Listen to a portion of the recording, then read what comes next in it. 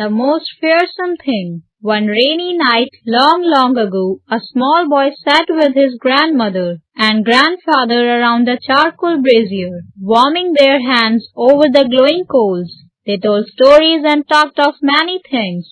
Outside the wind blew, and the rain splattered on the thatched roof of the cottage. The old man looked up at the ceiling and said, "I surely hope we don't have a leak. Nothing would be so terrible as to have a leak. We would have to put up a new thatched roof now when we are so busy in the fields."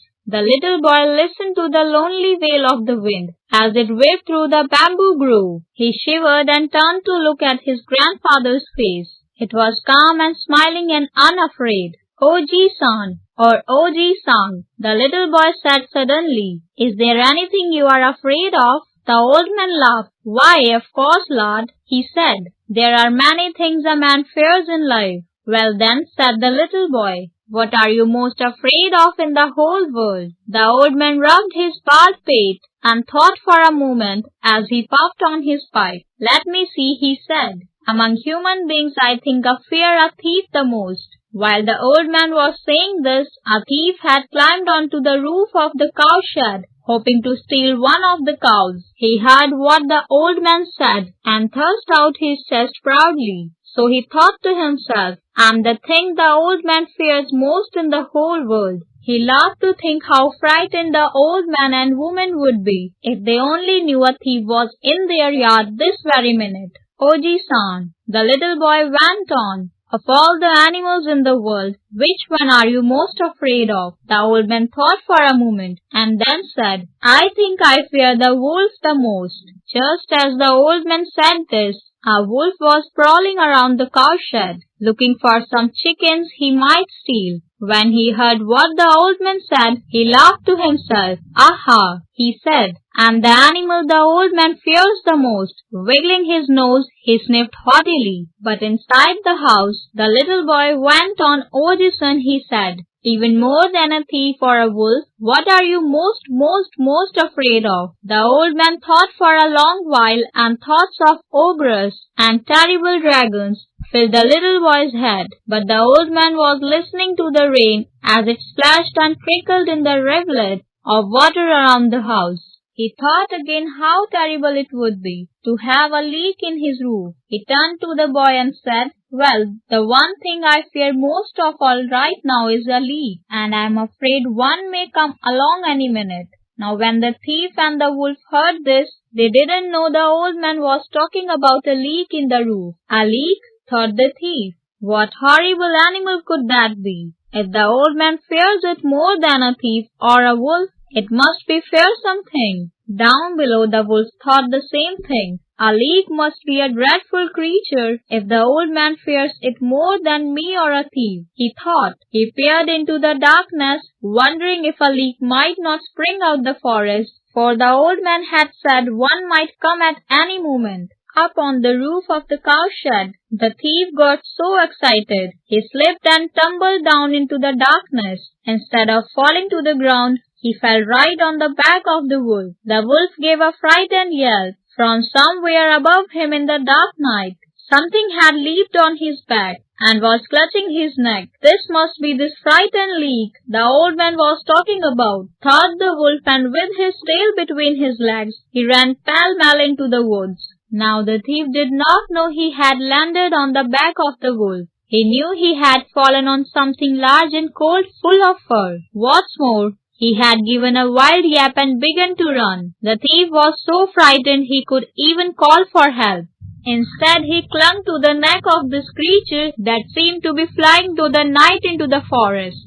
"I must be on the back of the terrible leak the old man was talking about," he thought fearfully, and closing his eyes tight, he hung on. The harder the thief clung to the wolf's neck, the faster the wolf ran. As they got deeper and deeper into the forest, branches of trees swung low and stretched the thief's face. Finally, he felt a big branch sweep past. He caught it and swung himself up into a tree. But the wolf ran on and on until he came to his cave at the farthest end of the forest. When he finally stopped, he realized the thing on his back was gone. Ah, the leak has dropped off somewhere, he thought, and he sighed a great sigh of relief. Early next morning the wolf went to see his friend the tiger. Mr. Tiger, I had a terrible fright last night, he said, panting at the very thought of it. Do you know what kind of creature a leak is? It is something human beings fear more than anything else in this world, said the wolf. And do you know one of those terrible creatures jumped on my back last night. I ran all night with this leak hanging onto my neck, for it clutched at me and almost choked me to death. The tiger grunted sympathetically. Ah, how terrible that must have been, he said. The wolf took a deep breath and went on. The leak dropped off somewhere after I got into the forest. If we don't capture it, none of us will ever be safe. Will you help me to find it? The tiger nodded. Certainly I will help, said. Besides, I would like to see what a leak looks like. I wonder if it has two heads. And so the tiger and the wolf set off to look for the terrible leak. As they crawled through the forest, a monkey sitting in a tree peered through the leaves and saw them below. Say, Mr. Tiger, Mr. Wolf, he called. Where are you going with such worried frowns on your faces? We are searching for a thing called leak, they answered. It is something so terrible that human beings fear it more than a thief or a wolf. It is the most fearsome thing in the world, and we cannot live safely in this forest until we capture it. A leak? Asked the monkey. Why, I have never heard of such a creature. You must be mistaken. But the wolf shook his head. No, I'm not mistaken, for this very creature clutched at my throat and rode on my back all the way into the forest last night. It dropped off somewhere and must be hiding near us this very minute. Now the monkey had seen the wolf running through the forest the night before, with the thief hanging on to his neck. He suddenly realized that this terrible thing they feared was only a human being. So he said in a loud bragging voice, Why, if that is the thing you are searching for, there he is sitting on one of the branches of the tree over there. I shall go and capture him single-handedly if you want me to. Sure enough, there on one of the branches of a tree sat a creature looking somewhat like a human being. The tiger growled and bared his long sharp teeth. The wolf looked up at the sky and howled a long, piercing yawl. The thief heard their cries and trembling with fear, and went tumbling into a hole in the trunk of the tree. The three animals ran over to the tree and stood around the hole where the thief was hiding. Now how shall we capture this leak? They said to one another. Whoever captures him will become the king of the forest, said the tiger, for he will be the bravest and the strongest of all. That's an excellent idea, said the monkey. Then, because he knew that the leak was only a human being who was frightened himself, he marched right up to the hole, thrust his tail inside and flipped it about, saying, Are you there, Mr. Leak? The thief heard the animals and thought, It will never do to let them capture me. I shall frighten them. With this, he grabbed the monkey's tail and pulled it hard, and growled and shouted fiercely, trying to sound more terrible than the tiger and the wolf. Help! Shouted the monkey as the man pulled harder and harder. The monkey pulled even harder, and they both pulled so hard that the monkey's tail broke off with snap. My tail! My tail! My beautiful tail! He shrieked and ran off into the forest, disappearing into the leaves of the cedar tree, disappearing into the leaves of cedar tree, disappearing into the leaves of a cedar tree. The leak is certainly a fearful thing,